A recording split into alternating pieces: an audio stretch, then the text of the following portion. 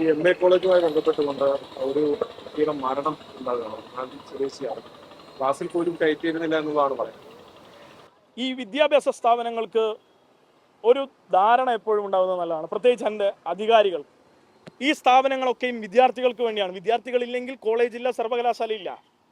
KTU സർവകലാശാല 18 credit മതി എന്ന് പറയുന്ന ഇയർ ഔട്ട് സംവിധാനത്തിൽ SFIയുടെ ഉൾപ്പെടെയുള്ള സമരത്തിൻ്റെ ഭാഗമായി, വിദ്യാർത്ഥി സംഘടനകളൊക്കെ നടത്തിയ സമരത്തിൻ്റെ ഭാഗമായി അവിടെ ആ ഇയർ ഔട്ട് സിസ്റ്റം ഈ തവണ ഒഴിവാക്കിയിട്ടും ഈ അത്തനേഷ്യസ് കോളേജിൽ അത് ഉൾപ്പെടുത്താൻ കഴിയില്ല, ഇയർ ഔട്ട് ഒഴിവാക്കാൻ കഴിയില്ല, കുട്ടികളെ ഉൾപ്പെടുത്താൻ കഴിയില്ല എന്ന ഏകാധിപത്യ മനോഭാവത്തോടു കൂടിയുള്ള തീരുമാനം എടുത്തത്. അതിനവർ കാരണം പറഞ്ഞത് ഞങ്ങൾ ഓട്ടോണമസ് ആണ്.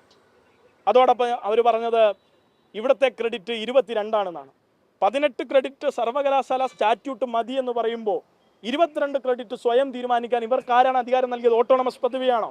ഓട്ടോണമസ് പദവിയാണെങ്കിൽ അവർ അഫിലിയേറ്റ് ചെയ്തിരിക്കുന്നത് KTUവിൽ നിന്നല്ലേ? സർട്ടിഫിക്കറ്റ് കൊടുക്കുന്നത് KTU അല്ലേ? അപ്പോൾ എന്താ പ്രശ്നം? ഇവിടെ നാട്ടിലൊരു നിയമവും അവിടെ വേറൊരു നിയമവും എന്ന സ്ഥിതിയിലേക്ക് പോയാൽ അത് വെള്ളരിക്കപ്പെടണമാവും. അങ്ങനെ ഒരു സ്ഥിതി വന്നപ്പോൾ ഒരു വിദ്യാർത്ഥിക്ക്, അരുണാചലിൽ നിന്ന് കേരളത്തിൽ വന്ന് പഠിക്കുന്ന ഒരു വിദ്യാർത്ഥിക്ക് ആത്മഹത്യ ചെയ്യേണ്ടി വന്നു. കേരളത്തിലെ ഉന്നത വിദ്യാഭ്യാസ മന്ത്രി ഞങ്ങളുടെയൊക്കെ യോഗം വിളിച്ചിട്ട് പറഞ്ഞത് രാജ്യത്തെമ്പാടുള്ള കുട്ടികളെ ഇവിടെ എത്തിക്കണമെന്നാണ്. കഴിഞ്ഞ 10 വർഷത്തിനുള്ളിൽ ഒരുപാട് കുട്ടികൾ വന്നിട്ടുണ്ട്. മണിപ്പൂരിൽ നിന്നും അരുണാചലിൽ നിന്നൊക്കെ കുട്ടികൾ വന്നിട്ടുണ്ട്. ആഫ്രിക്കയിൽ നിന്ന് കുട്ടികൾ വന്ന് കേരള യൂണിവേഴ്സിറ്റിയിലൊക്കെ പഠിക്കുന്നുണ്ട്. പക്ഷേ ഇപ്പോൾ ഇവർ അധികാരത്തിൽ വന്നതിന് ശേഷം ഈ കുട്ടികൾക്കൊന്നും ഇവിടെ പഠിക്കാൻ കഴിയാത്ത അവസ്ഥയായി. റോജി എം ജോൺ ഇത്തരം കാര്യങ്ങൾ കൂടി ഇടപെടണം. അതോടൊപ്പം തന്നെ ആ വിദ്യാർത്ഥികൾക്ക് വേണ്ടി നീതി വാങ്ങിക്കൊടുക്കണം. ആ കോളേജ് അധികൃതർക്കെതിരെ ശക്തമായ നടപടി എടുക്കണം. അതിന് ആ പ്രിൻസിപ്പൽക്കെതിരെ പോലീസ് കേസ് എടുക്കണം. അതിനൊന്നും ഇവർക്ക് സമയമില്ല. മറിച്ച് കുട്ടികളെ എങ്ങനെ വേട്ടയാടാം, സംസ്കൃത സർവകലാശാലയിലെ കുട്ടികളെ എങ്ങനെ ഇല്ലാതാക്കാം, ഓരോ സർവകലാശാലയിലെയും SFIക്കാരെ എങ്ങനെ പിടിക്കാം, എങ്ങനെ പെടുത്താം, അവരുടെ ഭാവി നശിപ്പിക്കാം, ഇതാണ് ഇവരുടെ പദ്ധതി. ഇപ്പൊ ഇവരുടെ വിദ്യാർത്ഥി പ്രസ്ഥാനം ഒരു കാര്യത്തിൽ ഇടപെടാത്തതിന് ഞങ്ങൾ എന്ത് പിഴച്ചു? ഞങ്ങൾ ഈ നാട്ടിലെ വിദ്യാർത്ഥികൾക്ക് വേണ്ടി പോരടിക്കുന്നതും ഇവരുടെ തെറ്റായ കാര്യങ്ങൾ ചോദ്യം ചെയ്യുന്നതും ഞങ്ങളുടെ രാഷ്ട്രീയ ബോധ്യത്തിന്റെ ഭാഗമായിട്ടാണ്. KSU MSFO സീറ്റ് കിട്ടാത്തതിന്റെ പേരിൽ പണങ്ങിപ്പോയ പ്രസിഡന്റുമാരെ ഉള്ളതിന് ഞങ്ങൾ എന്ത് വിളിച്ചു? അത് നിങ്ങൾ ആഭ്യന്തരമായി പരിഹരിക്കണം. അതിന് ഞങ്ങളെ ഇല്ലാതാക്കി നിങ്ങളങ്ങ് വളരണമെന്ന് തീരുമാനിച്ചാൽ എന്ത് ചെയ്യും? അപ്പം അതൊന്നും ശരിയായ നിലപാടല്ല. രാഷ്ട്രീയത്തെ രാഷ്ട്രീയമായി നേരിടണം. റോജി എം ജോൺ ഒരു മുൻകാല KSU പ്രവർത്തകനും NSU നേതാവും ഒക്കെയാണ്. അപ്പം ആ നിലപാട് സ്വീകരിക്കണം. ആ കോളേജിനെതിരെ നടപടിയെടുക്കണം. ഈ നിലയിൽ കൃത്യമായ നടപടിയെടുത്ത് അവിടെ മുന്നോട്ട് പോകാൻ കഴിയണം. ഇതാണ് SFIക്ക് വേണ്ടി പറയാനുള്ളത്. അവിടെ കൃത്യമായി SFI ഇടപെട്ടിട്ടുമുണ്ട്. അവിടുത്തെ വിദ്യാർത്ഥികൾ നേരിട്ട് എന്നെ ഉൾപ്പെടെ വിളിക്കുന്ന നിലയുണ്ടായിട്ടുണ്ട്. ആ വിദ്യാർത്ഥികൾക്ക് വേണ്ട എല്ലാ സഹായവും അവിടെ SFI വാഗ്ദാനം ചെയ്യുകയും സഹായിക്കുകയും ചെയ്തു വരികയാണ്.